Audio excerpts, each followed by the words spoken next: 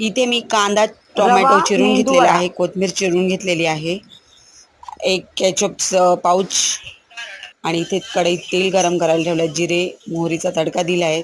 त्यामध्ये मी कांदा टोमॅटो कोथिंबीर हे टाकलं आहे, थोडंसं लसूणही घातलं आहे आणि थोडंसं आलं किसून घातलेलं आहे. त्यामध्ये निसलेला रवा जो आहे तो उकळत्या पाण्यात टाकून, म्हणजे मी मोबाईल एकटीच पकडत होते त्यामुळे मी रवा घालताना दाखवलं नाही. मग त्यानंतर उकळलेल्या पाण्यात जो रवा होता तो व्यवस्थित शिरा जसं बनवतो तसं बनवून घेतलेलं आहे. पाणी पूर्ण आटल्यानंतर त्याचं असं जे मिश्रण झालं होतं त्याचे मेंदू वडे बनवून घेतले आहेत मी.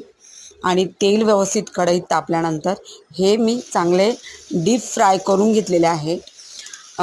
ते फ्राय केल्यानंतर पूर्ण असे म्हणजे व्यवस्थित पकल्यानंतर ते काढून घेतलेले आहे व ते अतिशय कुरकुरीत आणि खुसखुशीत मेंदूवडे रेडी झालेले आहे. अगदी सोपी पद्धत आहे ही आणि संध्याकाळच्या नाश्त्याला मी बनवले होते हे, की काय बनवावं विचार होता.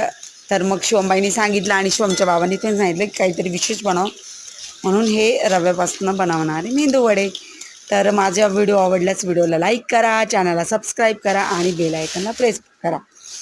तर तुम्हाला असं वाटत असेल की ही का बरं व्हिडिओ बनवत नाही आहे, तर त्यामागचं वेगळं कारण आहे. भेटूया नेक्स्ट व्हिडिओमध्ये. माझा व्हिडिओ आवडल्यास व्हिडिओला लाईक करा आणि मेंदूवडे कसे वाटले तेही कमेंटमध्ये सांगत चला. मित्रांनो, रोजमर्याच्या जीवनामध्ये आपल्याला असं काहीतरी टेस्टी किंवा काहीतरी वेगळं चेंज हवा असतो, त्यासाठी छोटूशा याच्यामध्ये आनंद घेतला पाहिजे. तर सुंदर. मी शिवमला टेस्ट करायला लावला कसे मेंदूवडा, तर शिवम म्हणाला खायला की आई म्हणता खूप मला छान झालेला सांगतेस. आहे. तर माझं बाळ खुश, मी खुश. टेस्टी.